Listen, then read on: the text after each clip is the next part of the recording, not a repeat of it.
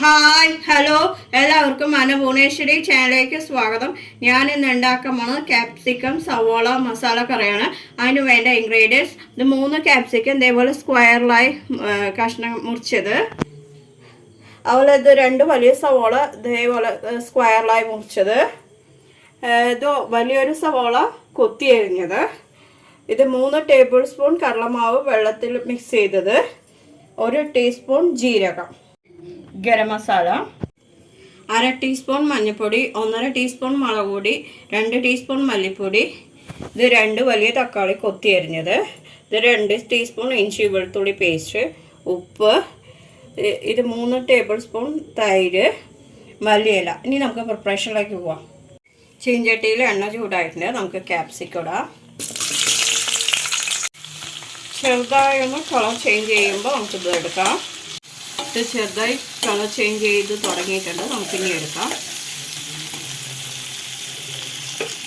ഇനി നമുക്ക് സവോള ഇടാം. സ്ക്വയർ ആക്കി മുറിച്ചത്. ഇത് നമുക്ക് സവോള ചെറുതായി കളർ ചേഞ്ച് ചെയ്യുമ്പോൾ നമുക്ക് എടുക്കാം. ചെറുതായി കളർ ചേഞ്ച് ആയിട്ടുണ്ട്. നമുക്ക് ഇടാം.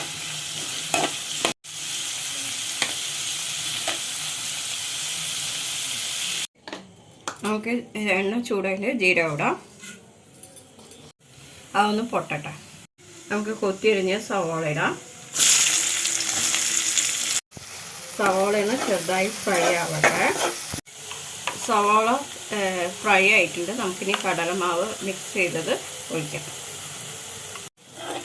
നന്നായി ഇളക്കി കൊടുക്കുക. എണ്ണ തെളിയുന്ന വരെ ഇതൊന്ന് കുക്കാക്കാം. സൈഡുകളിൽ എണ്ണ തെളിഞ്ഞ് വരുന്നുണ്ട്. നമുക്കിനി തക്കാളി ഇടാം. അതൊന്ന് ചെറുതായി ഉടയട്ടെ.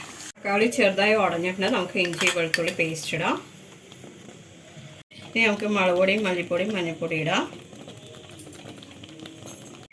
അതോടൊപ്പം തന്നെ നമുക്ക് തൈര് ഒഴിക്കാം. അതോടൊപ്പം നമുക്ക് കറിക്ക് വേണ്ട ഉപ്പും ചേർക്കാം.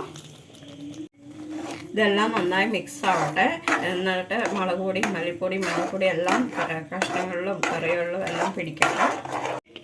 നമ്മൾ കഷ്ണങ്ങളും ഇതിൽ ചേർത്താൽ ക്യാപ്സിക്കും സവോളയൊക്കെ നന്നായി മിക്സ് ചെയ്ത് കൊടുക്കുക. എന്നിട്ട് ഇതെല്ലാം സവോളയിലും ക്യാപ്സിക്കത്തിലും എല്ലാം ഉപ്പും മുളകും എല്ലാം പിടിക്കട്ടെ. കറി നന്നായി തിളച്ചിട്ടുണ്ട്. കഷ്ണങ്ങളിലെല്ലാം ഉപ്പും മുളകെല്ലാം പിടിച്ചിട്ടുണ്ടെന്ന്. ഇനി നമുക്ക് ഗരം മസാല ചേർത്താം. ഞാൻ ഇതിന് 1 ടീസ്പൂണാണ് ചേർത്തുന്നത്.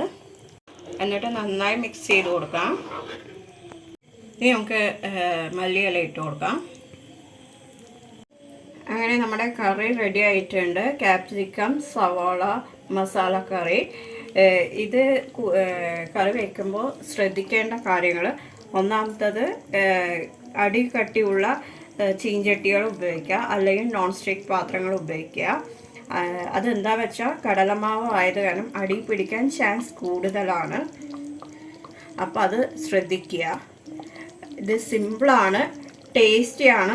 ഇഷ്ടപ്പെട്ടവർ ലൈക്ക് ചെയ്യുക, ഷെയർ ചെയ്യുക, കമൻറ്റ് ചെയ്യുക. സബ്സ്ക്രൈബ് ചെയ്യാത്തവർ സബ്സ്ക്രൈബ് ചെയ്യണ തൊട്ടടുത്ത ബെൽ ബട്ടൺ ഓൾ എന്നുള്ളത്. അപ്പം ഞാനിടുന്ന പുതിയ വീഡിയോസ് നിങ്ങൾക്ക് നോട്ടിഫിക്കേഷൻ ആയിട്ട് വരും.